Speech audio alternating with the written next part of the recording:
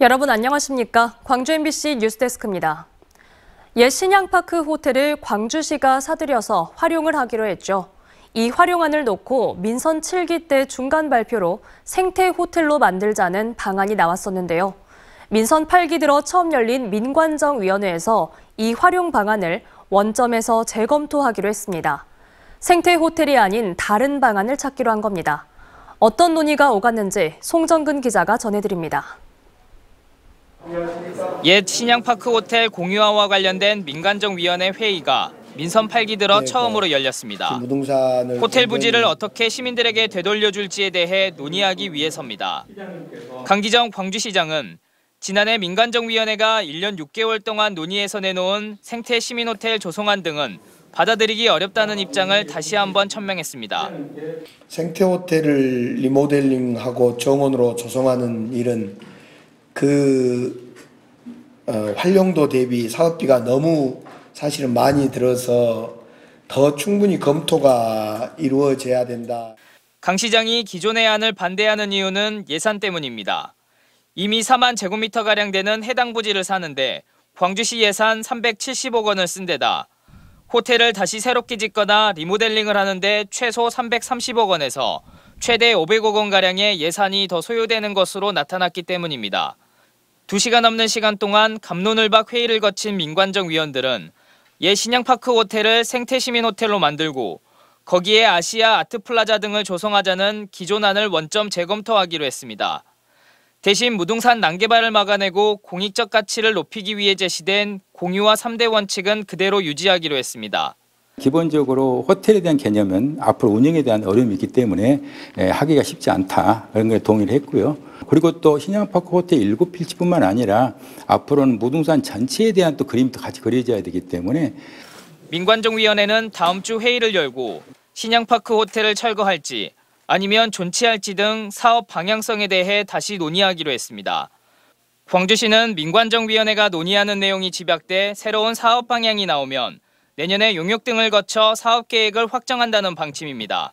MBC 뉴스 송정근입니다. 최근 들어 감기 증상을 호소하는 어린이나 청소년들이 많습니다. 하루가 다르게 날씨가 추워지고 있는 만큼 건강에 각별히 유의해야 할 시기입니다. 보도에 이다현 기자입니다.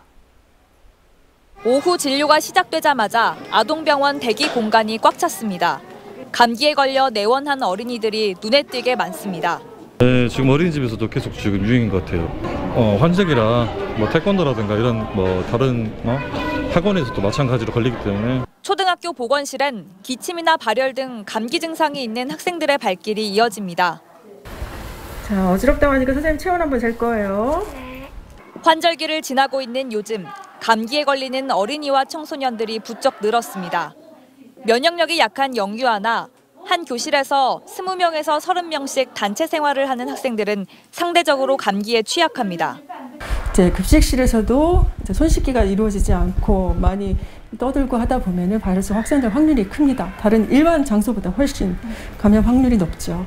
독감 의심 환자 등을 조사한 질병청 자료에 따르면 독감 유행은 10월 둘째 주를 기준으로 한풀 꺾인 것으로 나타나지만 그렇다고 긴장을 풀 수도 없습니다. 한 병원의 경우 감기 증상으로 내원한 환아 가운데 10%가량이 독감 진단을 받고 있습니다.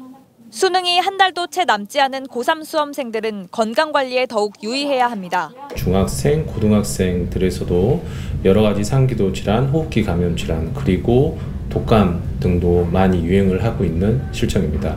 온 가족이 함께 독감 접종을 하는 것이 가장 중요한 첫 번째 예방법이라고 생각합니다. 전문가들은 손 씻기와 환기 등 기본적인 감기 예방 수칙을 재차 강조했습니다. MBC 뉴스 이다현입니다. 광주경찰이 제8회 지방선거 사범 수사를 대부분 마무리했습니다. 광주경찰청은 지난 6일 지방선거와 관련해 81명을 수사한 결과 41명을 검찰에 넘겼다고 밝혔습니다. 지방선거 현수막 훼손이 17건으로 가장 많았고 허위사실 공표와 후보자 비방 등이 뒤를 이었습니다.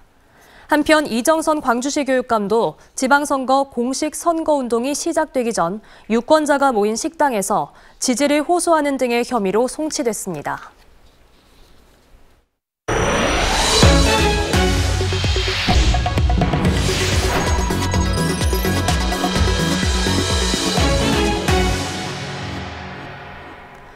코로나19 장기화와 경기 침체 여파로 지난 3년 사이 광주 전남 벤처기업 240개가 줄어든 것으로 나타났습니다. 중소벤처기업부 국정감사 자료에 따르면 지난달 말 기준으로 광주의 벤처기업은 665개로 지난 2019년 792개보다 16%인 127개가 줄었습니다.